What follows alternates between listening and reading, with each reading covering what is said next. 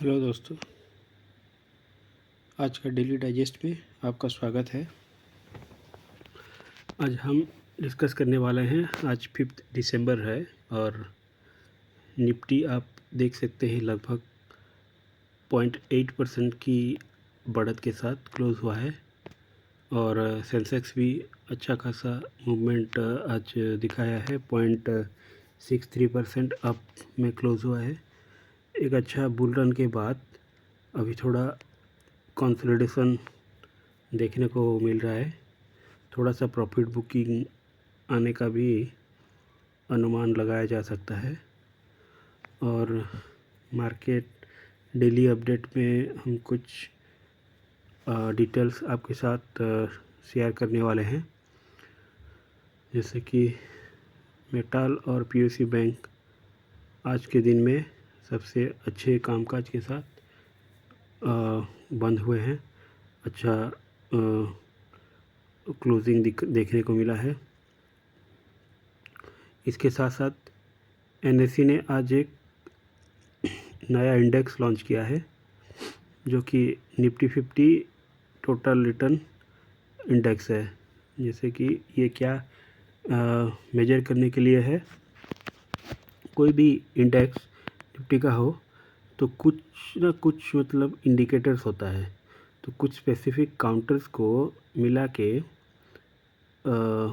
वो बनता है। और ये जो नया इंडेक्स है ये क्या मेजर करेगा, ये सारे कंपनीज का जो डिविडेंड पे आउट्स है ना, डिविडेंड और बोनस इश्यूज का गेन या फिर लॉस, वो सब मेजर करेगा।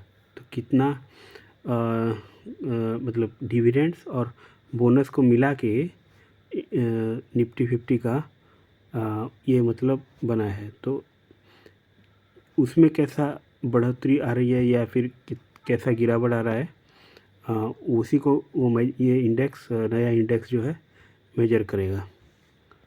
उसके बाद फॉरेन डायरेक्ट इन्वेस्टमेंट का जो इनफ्लो है लास्ट 6 मंथ्स में 16% लोअर रहा है। पहले मतलब ये 6 मंथ्स का डाटा है।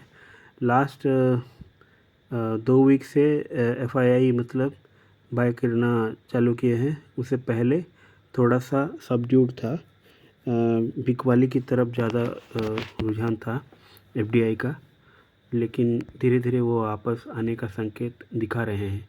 तो आगे क्या होने वाला है ये हमें नहीं पता, लेकिन आगे जैसे जैसे डाटा आने लगेंगे वो क्लियर होते जाएगा।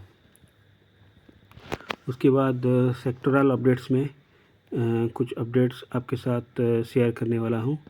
जैसे कि लास्ट क्वार्टर में यानी जनवरी से लेकर सितंबर तक टी एक्सपोर्ट लगभग 5% डाउन हुआ है। यानी कि कई सारे कंपनीज इसमें होते हैं, जैसे कि टी एक्सपोर्टर्स हैं इंडिया में, जैसे कि टाटा टी हुआ या फिर जो कि टाटा कंज्यूमर प्रोडक्ट्स में आता है। और उसके बाद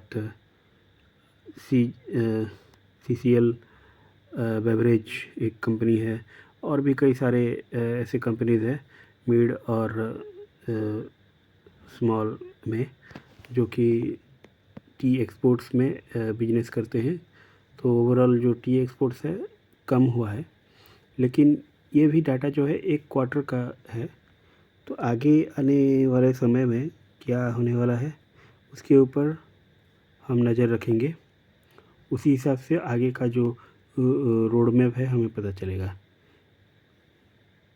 फिर ऑनलाइन गेमिंग कंपनीज जो होते हैं GST 71 GST नोटिसेस उनको भेजा गया है इसी साल में।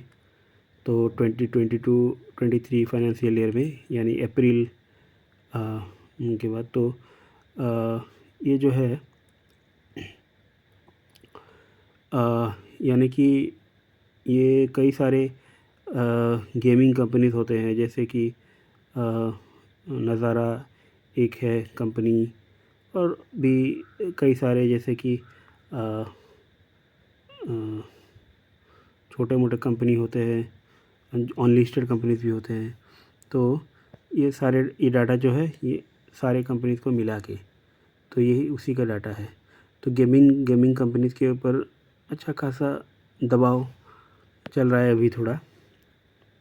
तो उसके बाद स्टॉक अपडेट्स में चलते हैं। स्टॉक अपडेट्स में पहला जो है JSW इंफ्रास्ट्रक्चर का सब्सिडरी एक कंपनी है, धर्मतार पोर्ट। वो एक कंपनी PNP मैरीटाइम सर्विसेज, जो कि मेराइन सर्विसेज, शिप मैनेजमेंट और ट्रांसपोर्टेशन, ये सारे में जो उसका इन्वॉल्वमेंट है, उसका जो मेजॉरिटी स्टैक है उसको JSW इंफ्रास्ट्रक्चर ख़रीदने वाला है। कितने प्राइस में? 270 करोड़ में। तो ये एक JSW इंफ्रास्ट्रक्चर का एक स्ट्रेटेजिक बिजनेस प्लान हो सकता है कुछ आगे जाके, उसको इससे फ़ायदा होने वाला है। उसके बाद अदानी ग्रीन एनर्जी, जो कि ये अदानी ग्रुप का एक काफ़ी बड़ा कंपनी है और मार्केट कैप के हिसाब से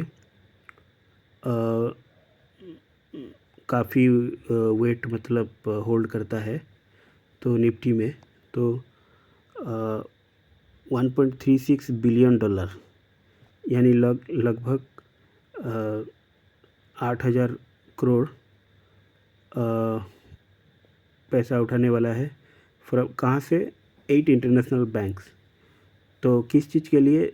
to develop world's largest renewable energy park in Khavda, Gujarat. तो गुजरात में ये वर्ल्ड का लार्जेस्ट रिन्यूएबल एनर्जी पार्क बनाने वाला है। उस सिलसिले में बैंक से एडिशनल जो लोन्स है उठाने वाला है। तो ये किस वे से उठाने वाला है? कई राइट्स के थ्रू उठा सकता है, NCD के थ्रू उठा सकता है, या फिर डायरेक्ट मतलब जो लोन होता है उसी के थ्रू उठा सकता है। ये अभी क्लियर नहीं है, आगे जाके वो क्लियर होगा। तो देयर आर डिफरेंट वेज होता है, बैंक से या फिर और कई कंपनी से, मतलब लेंडर से पैसा जो कंपनीज लैंड करते हैं या फिर उनसे जो लेते हैं, तो उनको कुछ प्लेज भी कर सकते हैं, जैसे कि शेयर्स कुछ प्लेज करके भी उठा सकते हैं। कई सारा डिफरेंट। तो आगे जा कैसे उठाएगा ये अभी पता नहीं चला है, आगे जाके पता चलेगा। उसके बाद विप्रो जो है, विप्रो का कंज्यूमर प्रोडक्ट्स बिजनेस है, वो 3 नया सोप ब्रांड्स एक्वायर किया है। ठीक है। तो ये विप्रो के लिए ख़ास फ़र्क पड़ने वाला नहीं है, क्योंकि विप्रो का जो मेजर बिजनेस है वो IT में है। हालांकि कंज्यूमर प्रोडक्ट्स में थोड़ा बहुत प्रेजेंस है उसका, लेकिन इतना बड़ा नहीं है कि ओवरऑल कंपनी के ऊपर ये कुछ इम्पैक्ट डाले या फिर उसके ऊपर कुछ पॉजिटिव, बहुत बड़ा पॉजिटिव या नेगेटिव इफ़ेक्ट कुछ ऐसा डाले। तो उसके बाद इंडियन ऑयल जो है काफ़ी चर्चा में है कई दिनों से, जो ऑयल मार्केटिंग कंपनीज़ हैं। तो इंडियन ऑयल कंपनीज़ उसका पहला बैटरी स्वैपिंग स्टेशन खोल चुका है कलकत्ता में, जो कि आगे जाके ऐसे कई खोल सकता है। मतलब फर्स्ट फेज़ में उसका कुछ प्लान है, तो ये कलकत्ता में खुला है पहला। तो हो सकता है उसका जो मतलब किसी के साथ मतलब टाई अप हो, जो कि किसी ग्रीन एनर्जी पावर कंपनी के साथ, जिसके थ्रू ये जो मतलब सेटअप किया हुआ है।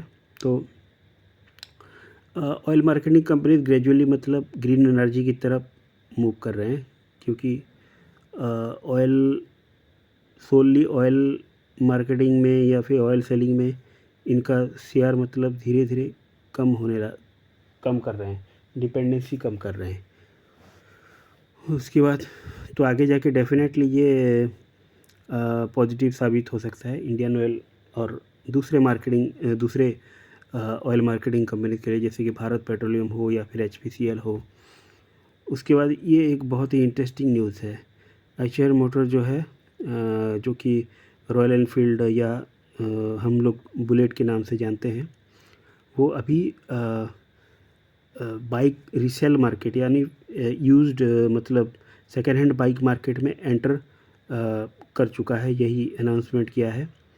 तो ये एक बहुत ही स्ट्रेटेजिकली बहुत ही पॉजिटिव न्यूज़ है आइचर मोटर के लिए, क्योंकि बुलेट का तो डिमांड वैसे भी बहुत है। मतलब ओवरऑल पिछले आप 15-20 साल से देखें तो जैसे जैसे इकोनॉमी मतलब ट्रांसफॉर्मेशन की तरफ मूव कर रहा है, तो पर्टिकुलरली इस टाइप का जो व्हीकल्स है, बुलेट हो या फिर जवा वगैरह, तो उसके तरफ लोगों का ज़्यादा मतलब आकर्षण बढ़ा है।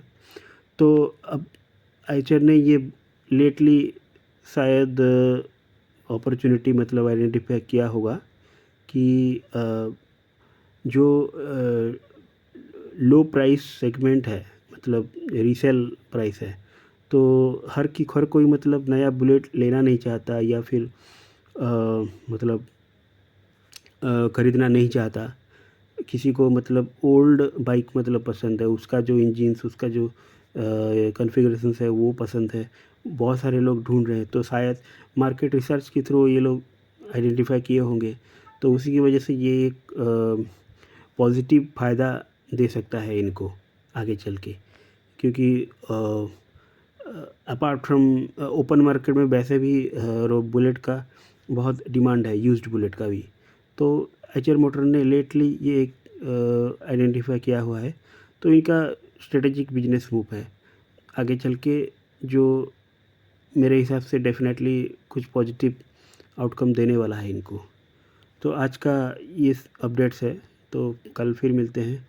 धन्यवाद।